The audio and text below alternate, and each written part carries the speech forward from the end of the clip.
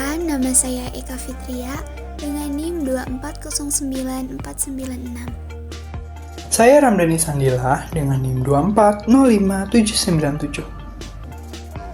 Perkenalkan, nama saya Syifa Haifatul Zakiyah dengan NIM 2409515.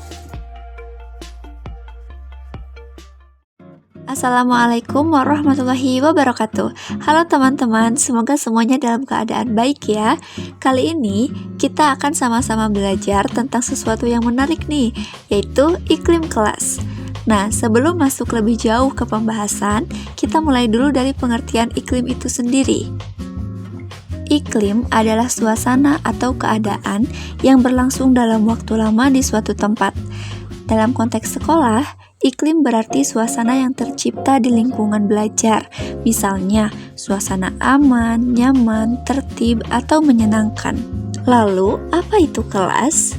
Kelas adalah kelompok belajar yang terdiri dari guru dan siswa, atau bisa juga diartikan sebagai ruangan tempat berlangsungnya kegiatan belajar mengajar. Selanjutnya, apa itu iklim kelas? Iklim kelas merupakan situasi sebagai akibat dari interaksi antara guru dan siswa atau antara siswa sendiri yang mempengaruhi proses belajar mengajar. Faktor-faktor yang mempengaruhi iklim kelas. A. Pendekatan pembelajaran yang berorientasi pada bagaimana siswa belajar yang disebut juga student-centered. B. Adanya penghargaan guru terhadap partisipasi aktif siswa dalam setiap konteks pembelajaran. C. Guru hendaknya bersikap demokratis dalam pembelajaran. D. Setiap permasalahan yang muncul dalam proses pembelajaran sebaiknya dibahas dengan komunikatif.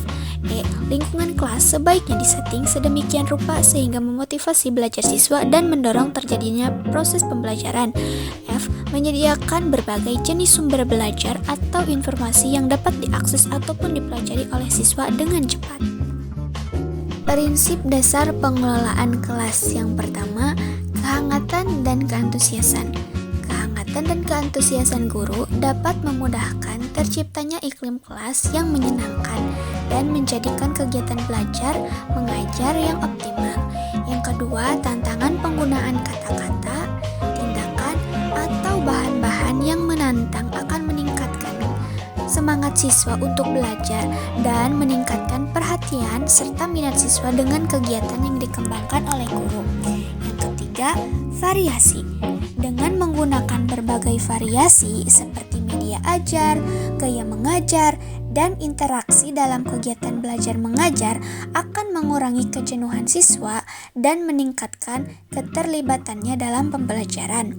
Yang keempat, keluasan atau disebut juga fleksibel dalam mengontrol jalannya proses belajar mengajar dan mengantisipasi munculnya gangguan terhadap siswa, maka diperlukan keluasan dalam tingkah laku untuk mengubah strategi mengajar.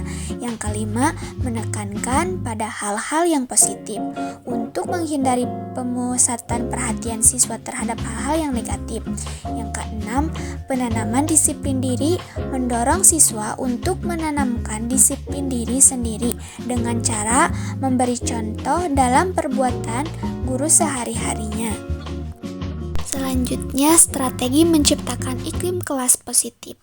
Untuk menciptakan iklim kelas yang positif, perlu membangun hubungan yang positif pula antara guru dan siswa, di mana guru dan siswa harus bisa saling menghormati, menciptakan lingkungan fisik yang aman dan nyaman, melibatkan siswa dalam pengambilan keputusan kelas, mendorong interaksi dan kolaborasi positif antar siswa, serta menetapkan aturan dan rutinitas yang jelas.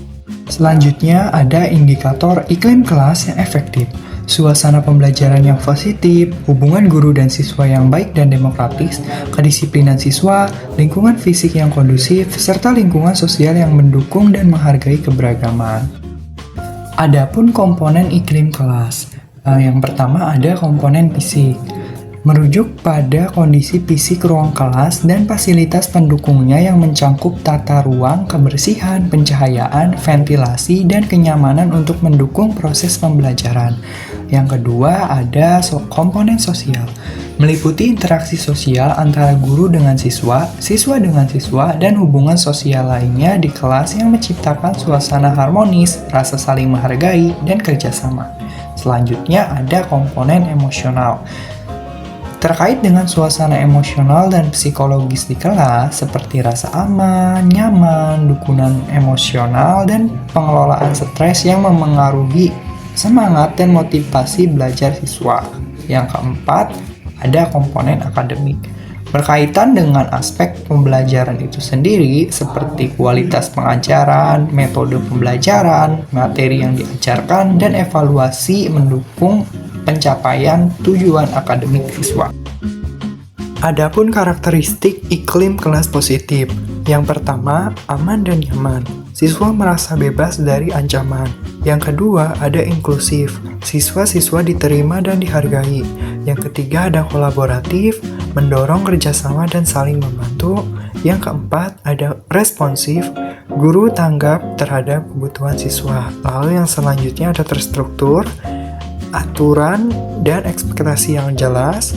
Lalu yang selanjutnya juga ada menantang, mendorong siswa untuk berkembang, dan yang terakhir ada suportif, memberikan dukungan emosional dan akademik. Selanjutnya, strategi menciptakan iklim kelas kondusif. Yang pertama, membangun hubungan yang positif. Strategi ini menciptakan hubungan yang hangat, saling menghargai, dan keterbukaan antara guru dan siswa maupun antar siswa itu sendiri, agar siswa merasa nyaman, dihargai, dan termotivasi dalam proses belajar. Yang kedua, menetapkan ekspektasi yang jelas.